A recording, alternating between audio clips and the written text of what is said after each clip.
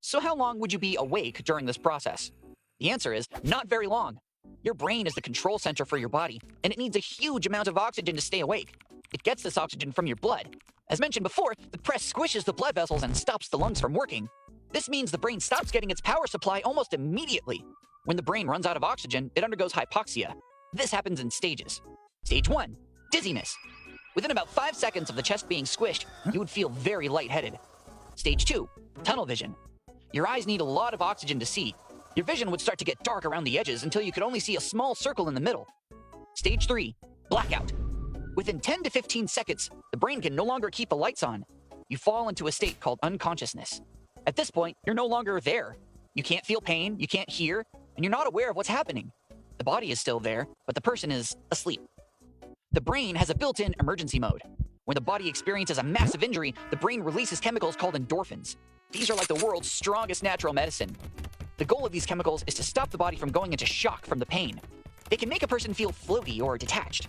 Combined with the lack of oxygen, these chemicals make sure that the brain stops processing pain signals.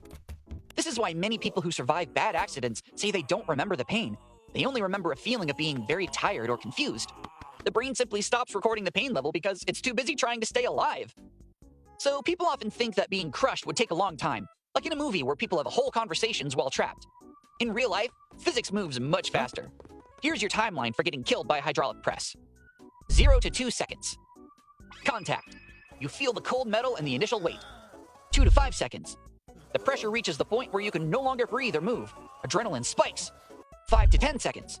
Structural failure begins. Bones begin to break, and the brain starts to run out of oxygen. 10 to 15 seconds. The gray out begins. You lose your vision and ability to think clearly. 15 to 20 seconds. Total loss of consciousness. The brain shuts down. Even if the machine continues to move for another minute, the person involved only experienced about 15 seconds of it. In the end, the brain gives up first and the experience stops. After that, the press just keeps rearranging your body till it's mush. Luckily, hydraulic presses only do this when we turn them on. So let's hope they never become sentient in the future.